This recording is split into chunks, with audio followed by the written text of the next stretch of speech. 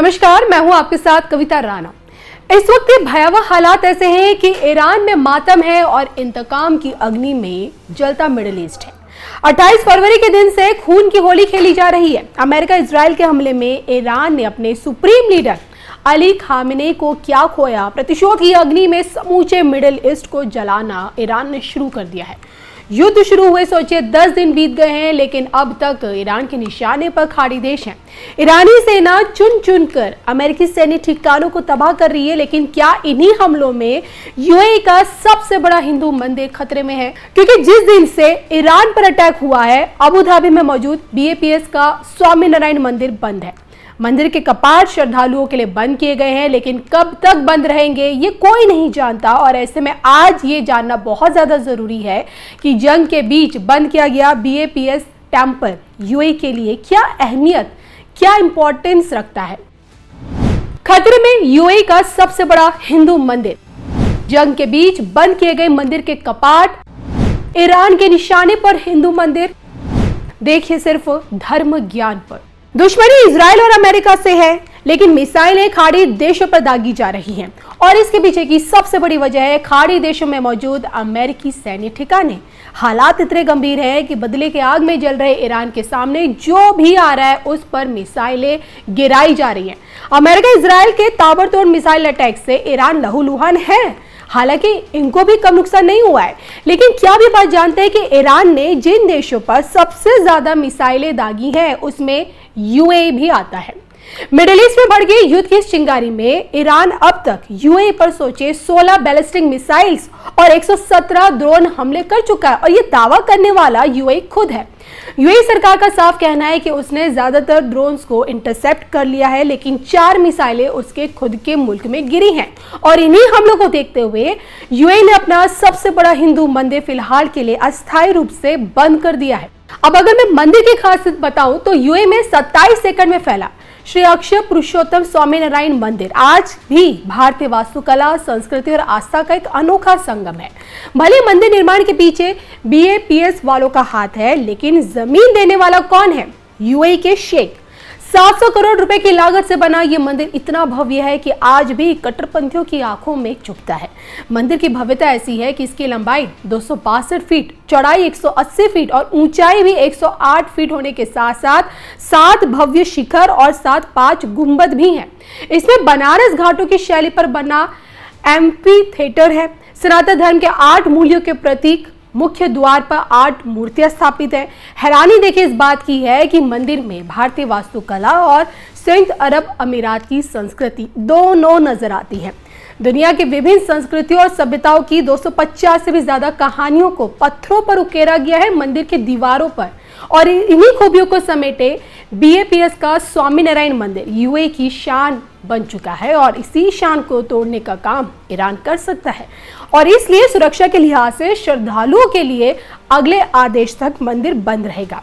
जबकि देखिए मंदिर के भीतर प्रार्थना और पूजा जारी है। जी हाँ, मंदिर प्रशासन के अनुसार वो देश और दुनिया में शांति, सुरक्षा और सभी लोगों के कल्याण के लिए प्रार्थना कर रहे हैं। मंदिर की ओर से लोगों से अपील की गई है कि वे शांत रहें और किसी भी तरह की अफवाहों से बचिए और जहां तक संभव हो अपने घरों में ही रहें। अब देखा जाए तो देखिए अब तक के इतिहास में ईरान ने कभी भी किसी भी हिंदू मंदिर पर अटैक नहीं किया है, क्योंकि उसके खुद के मुल्क में 125 साल पुराना एक मंदिर ऐसा है जिसे मोहम्मद हसन के शासनकाल में बनाया गया था। और मंदिर की नींव रखने वाले कौन थे? ब्रिटिश ईस्ट इंडिया कंपनी के लिए काम करने वाले भारतीय बंदर अब्बास का यही भव्य विष्णु मंदिर हिंदू की आस्था का सबसे बड़ा केंद्र है ईरान में, जिसे ईरान ने हमेशा से संजो कर रखा है। Chairman sir, throughout this period, government maintained close contact with relevant countries.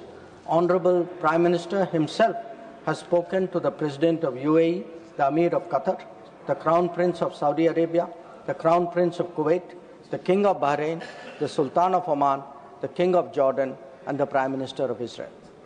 In each case, we received assurances that the well-being of the Indian community would be a priority for the host government. I have similarly been in close touch with my counterparts in these countries. Insofar as the United States is concerned, we have maintained regular contacts through diplomatic channels. While attempts have been made, contacts with Iran at the leadership level are obviously difficult at this time. I have, however, spoken to Foreign Minister Arakchi on 28 February and 5 March 2026. We will continue these high-level conversations in the coming days. Sir, the House will also be interested in the issue of an Iranian vessel that is currently docked in Kochi. The Iranian side had requested permission on 28 February for 3 ships in the region to dock at our ports. This was accorded on 1 March. IRIS Lavan actually docked on 4th March in Kochi. The crew is currently in Indian naval facilities. We believe that this was the right thing to do, and the Iranian foreign minister has expressed his country's thanks for this humane gesture. Honorable Chairman, sir, in view of the implications of this conflict for our energy security, I also seek to address that particular concern. Government remains committed to ensuring that fully, taking into account availability, costs, and risks of the energy markets. For us, the interests of the Indian consumer has and will always be the overriding priority. Where required, Indian diplomacy has supported the endeavours of our energy enterprises in this volatile situation. Honourable Chairman, sir, let me conclude by highlighting the 3 guiding factors of our approach. 1. India is in favour of peace and urges a return to dialogue and diplomacy.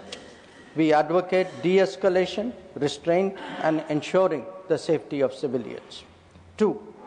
The well-being and security of the Indian community in the region is our priority. We will continue to work with the governments of the region towards that end. And 3.